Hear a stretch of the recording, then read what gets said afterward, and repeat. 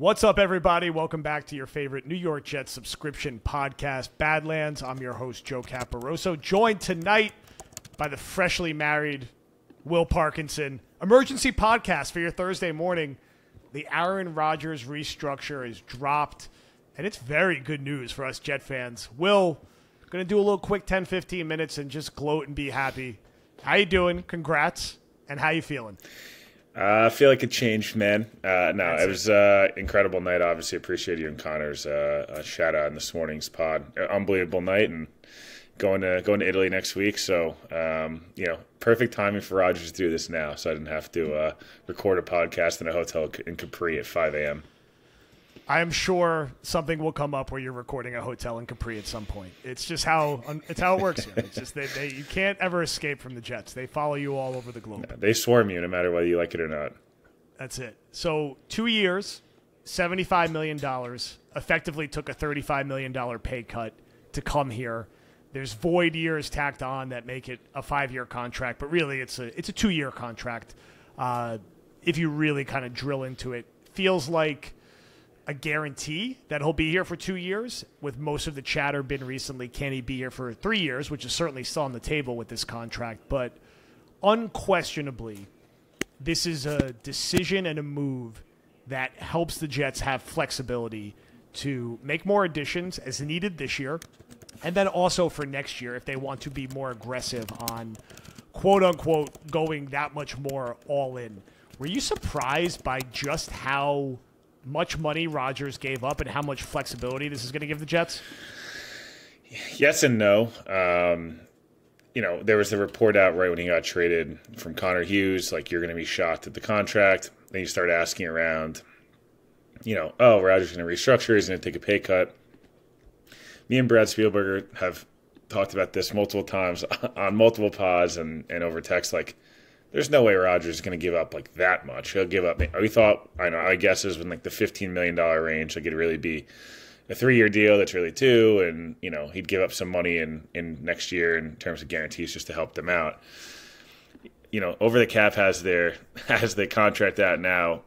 He only accounts for $8 million this year, $17 next year. Then 2025 is like a ballooned up 51, but realistically, at that point, they'd probably redo it if he's really going to be here a third year, and then there's a bunch of void years.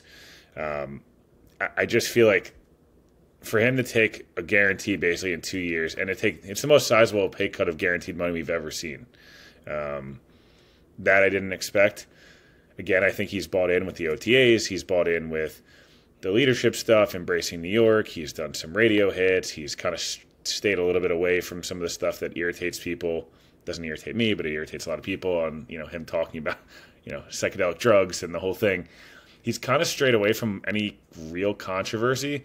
And then this is the final straw where 2 years gives them a window now. He created a bunch of cap space next year, which honestly is even more important than this year because, again, they've got, this year they got ballooned up deals in like Mosley and Tomlinson where there's huge cap numbers. The Jets have redone a bunch of deals, and Quinnen's deal not kicked in now. They have flexibility now. I talked about it on the TOJ pod last night. I know there's the Dalvin Cook thing, and maybe it's a Quan Alexander. Those are the two names. Like, it also gives the Jets flexibility of extensions for Bryce Huff or an extension for somebody of that nature. Even more importantly, if they start out, I don't know, they're 5-2 going to the bye against, and then they have the Giants game coming up, and I'm missing a game in there, I'm pretty sure. And they go to the trade deadline, they have room now to say, oh, wow, this star-studded one last piece, the Rams Von Miller trade is out there. We're going all in. Like, that's out there too. That's just something that I hadn't really thought about. And then I was like, them having flexibility now during the summer and during the season because of what Rodgers did. And even more importantly, next year adding even more pieces. They'll have less, draft picks, obviously. So it'll be important for them to have some flexibility cap-wise to maybe go get another tackle if Dwayne Brown walks away, or go get another edge, not another edge rusher. Hopefully, that'd be a disaster. But another receiver or something. But the whole point being, he's here for multiple years. The quote from Caporoso, which came from Rodgers or the Jets or both, win a ring or multiple rings. Like, that sounds pretty damn good. I don't know about you. It sounds good to me, and I think unless something really bad or really good happens this year, we're getting 2 or 3 years. They win the Super Bowl, maybe he rides off into the sunset. God bless at that point, I don't care. Or he gets seriously hurt and he doesn't want to do more years beyond that. I think this just makes it that much more in concrete that he's going to play for the Jets for multiple years. And I think, as you said, they now have the flexibility to adjust and make a move if needed in August, if something looks off or if someone gets hurt. In season, if they feel they're one player away, they can go get that player. They can be proactive on taking care of their young guys. And, you know, there's definitely a scenario where next year they're even set up better than this year. We talked about this a little on the pod, but year 3 Garrett, year 3 Sauce. You shake some other money free, and you could go do something massive next year where you really are truly all, like, think of the 2009, 2010 parallel. Like 2009, they were like there, and then 2010 offseason, they went all in to really be a Super Bowl contender, and they were just about there. They were good enough to win the Super Bowl that year. They'll have the money to do that type of stuff now, which if you're a Jet fan, you're incredibly excited. And I think in the immediate short term, everyone's like, what's going to happen tomorrow from a signing perspective? I don't necessarily think that this is that. I think they have options and flexibility now over the next 6 to 7 weeks. There may be someone who gets hurt. There may be a position that looks a lot worse in the preseason than they expect. So they want to do something bold and to round out their depth chart. I do think they're very much in on Dalvin Cook. I think that could happen. And if it's not Dalvin Cook, I do expect a veteran running back addition still. I think there's still no rush for a guy like Quan. You could get him at any point in August for very cheap money, and he'll be back on a 1-year deal. So they could have afforded Quan with or without this Rodgers situation. Beyond that, I'm more like looking towards, like you said, the in-season move than the big move like right before the season. How do we look the first 6 games? And are we ready to pounce and do something super aggressive? And you regularly see serious contenders do these type of things in season to help push themselves over the hump. And now the Jets can play in that world. Beyond Dalvin Cook, who I would say, and feel free to correct me on the percentage, I would say is 50-50. I'm actually leaning towards 55-45 he ends up on the Jets at this point. I'd go 60-40. 60-40. We're climbing to 60-40. I don't disagree. I would just say there's a lot of talk from his camp of Jets. I don't want to make more of it than it is. They've been very adamant. A lot of, chef emojis with the Jet stuff next to it sent around the people. We'll see what happens. By the way, just wanted to share this hysterical tweet from a Packers reporter who bashed the Jets numerous times throughout the offseason. Aaron Rodgers cap hits this year. Packers. What do you think the Packers cap hit for Rodgers this year is? Is it 40 or 35 or 40.3 million for the Jets, 8.8. So not only do they not technically get a first-round pick this year, they also are having a $32 million more, their cap hit against with Rodgers not on the roster is 4 or 5 very times generous. what the Jets is. Yeah. We appreciate the people of Wisconsin. Yeah, we love the people of Wisconsin. We appreciate the help.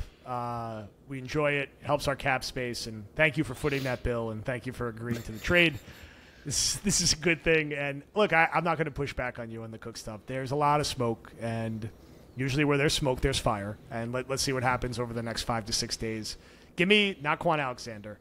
I don't think Quan Alexander, Dalvin Cook, and Tony Adams, the 3 most talked about human beings among Jet podcasters the last 4 months. Shocker. God bless. God bless. Give me another name that could pop out of nowhere onto this roster from any point between now and the bye week. That's a good question. I'm trying to think of a logical name. I'll go crazy here. In season, are the Bucks so awful? Which we're going to get an up close look at them in 2.5 weeks. And I've seen Kyle Trask play in college.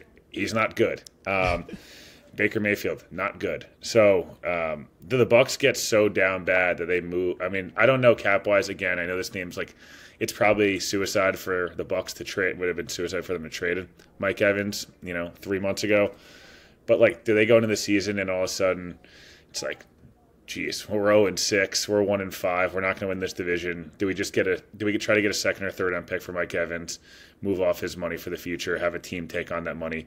Again, I'm not looking at his over the cap numbers right now. I know they was ballooned up this year, but he just feels like a guy who, like, every year is a 1,000-yard receiver. Feels like, what if the Jets get one injury to Lazard or there's one injury to Corey Davis? Do they go, let's go all in? Like, this guy's been with Brady going on Super Bowl. Like, he has playoff experience. Again, I don't know how realistic that is, and why you take the next part, I'll look it up. But it feels like it'd be shocking if Mike Evans, like, stays on the Bucs. He's 29. Like, at this point, is he really gonna just sit there and watch them go like 5-12? And he's been through that already.